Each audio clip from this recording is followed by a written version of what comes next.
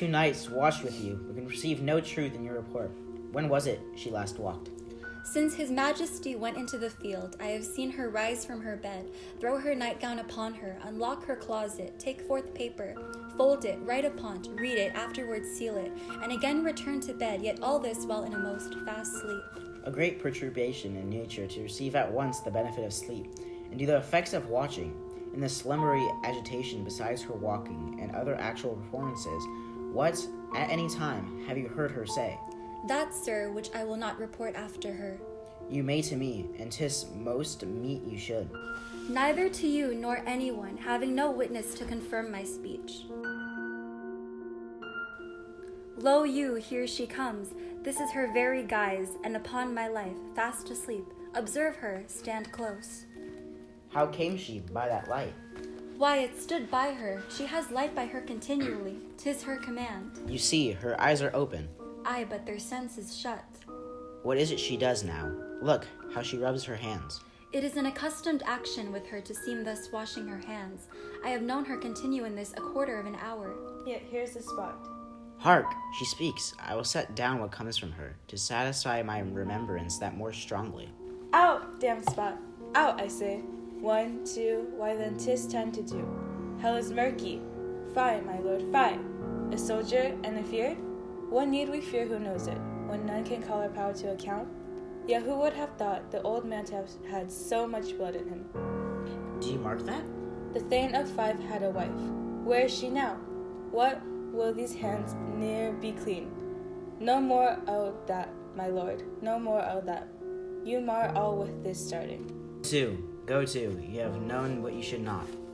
She has spoke what she should not, I am sure of that. Heaven knows what she has known. Here's the smell of the blood still. All the perfumes of Arabia will not sweeten this little hand. Oh, oh, oh! What a sigh is there! The heart is sorely charged. I would not have such a heart in my bosom for the dignity of the whole body. Well, well, well. Pray God it be, sir. This disease is beyond my practice. Ye have known those which have walked in their sleep, who have died holily in their beds. Wash your hands, put on your nightgown. Look not so pale, I tell you yet again. Banquo's buried. He cannot come out on his grave. Even so. To bed, to bed. There's knocking at the gate. Come, come, come, come. Give me your hand. What's done cannot be undone. To bed, to bed, to bed. We should go now to bed. Directly. Foul whist rings are abroad. Unnatural deeds do breed unnatural troubles. Infected minds to their deaf pillows will discharge their secrets. More needs she the divine than the physician. God forgive us all. Look after her, move from her the means of all annoyance, and still keep her eyes upon her. So, good night. My mind she has madded, and amazing my sight, I think, but dare not to speak. Good night, good doctor.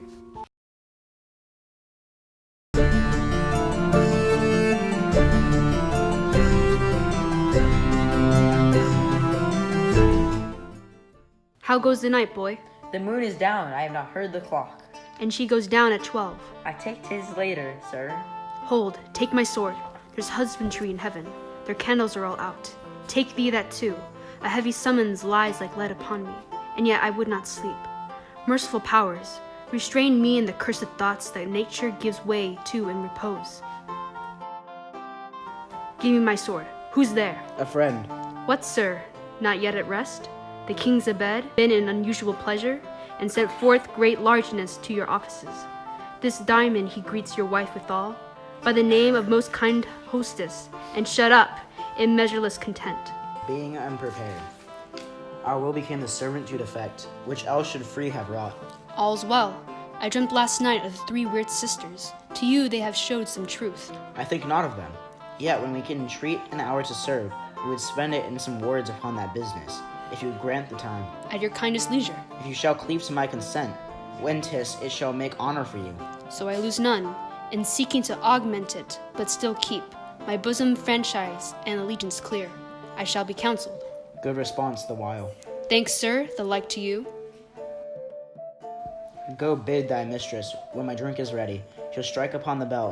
Get thee to bed. Is this a dagger which I see before me, the handle toward my hand? Come, let me clutch thee. I have thee not, and yet I see thee still. Art thou not, fatal vision, sensible to feeling as to sight? Or art thou but a dagger of the mind, a false creation, proceeding from heat-oppressed brain? I see thee yet, in form as palpable as this which now I draw. Thou marshalest me the way that I was going, and such an instrument that I was to use. Mine eyes are made the fools o' the other senses, or else worth all the rest. I see thee still, and on thy blade in dungeon gouts of blood, which was not so before. There is no such thing. It is the bloody business which informs thus to mine eyes. Now o'er the one half world nature seems dead, and wicked dreams abuse a curtained sleep. Witchcraft celebrates pale Hectic's offerings and withered murder. Alarmed by his sentinel, the wolf, whose howl is watch, thus with his stealthy pace, with Tarquin's ravishing strides, towards his design moves like a ghost. Thou sure and firm set earth, hear not my steps, which way they walk, for fear thy very stones prate of my whereabout, and take the present horror from the time, which now suits with it. Whiles I threat, he lives, worse to heat of deeds, too cold breath gives.